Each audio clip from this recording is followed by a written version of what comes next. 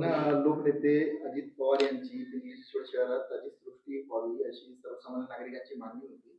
त्या अनुषंगाने आज आपण कुठे व्हिजिट केलेली आहे, का पाहणी केली आणि शासन स्तरावर किंवा महापालिका स्तरावर काय प्रस्ताव तयार करण्यात तुम्हाला आम्हाला माहिती आहे सर्वांना, पिंपरी चिंचवड शहराचा विकास खऱ्या अर्थाने लोकनेते अजितदादा पवार यांनी केलेले.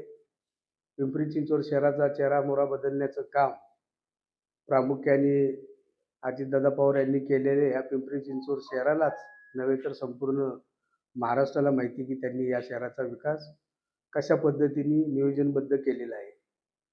खरं बघितलं तर माझ्या मतदारसंघामध्ये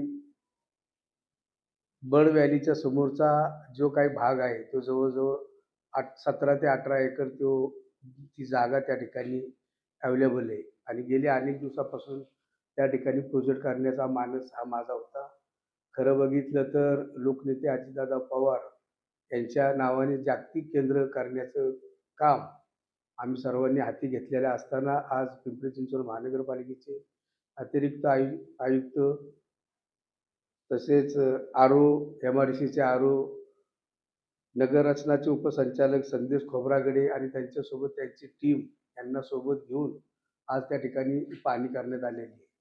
पाहणी करत असताना त्या ठिकाणी 17 ते 18 एकरमध्ये हे जागतिक पर्यटन केंद्र उभारण्याचं खऱ्या अर्थाने माझ्यासारख्या सर्वसामान्य कार्यकर्त्यांच्या मनामध्ये ही भावना आहे आणि या भावनेच्या दृष्टिकोनातूनच 2 दिवसापूर्वी मी विधानसभेच्या अधिवेशनामध्ये MRDCचे प्रमुख CEO, सर्व पदाधिकारी, महानगरपालिकेचे पदाधिकारी यांच्यासमोर बैठक घेतली होती आणि त्या बैठकीमध्ये असे ठरवण्यात आले होते की प्रत्यक्षात जाऊन त्या जागेची पाहणी करण्यात यावी.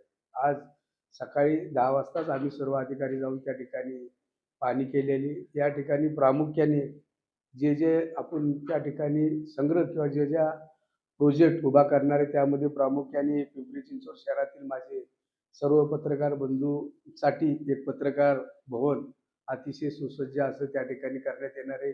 विपश्यना केंद्र करण्यात येणार आहे. मनोरंजन उद्यान हेही त्या ठिकाणी करण्यात येणार आहे. तसेच UPSC MPSC विद्यार्थ्यांसाठी एक लायब्ररी टाईप आणि मुक्कामी असं तिथं संग्रह किंवा असं तिथं तो प्रोजेक्ट करण्याचा मानस या ठिकाणी करण्यात आलेला आहे.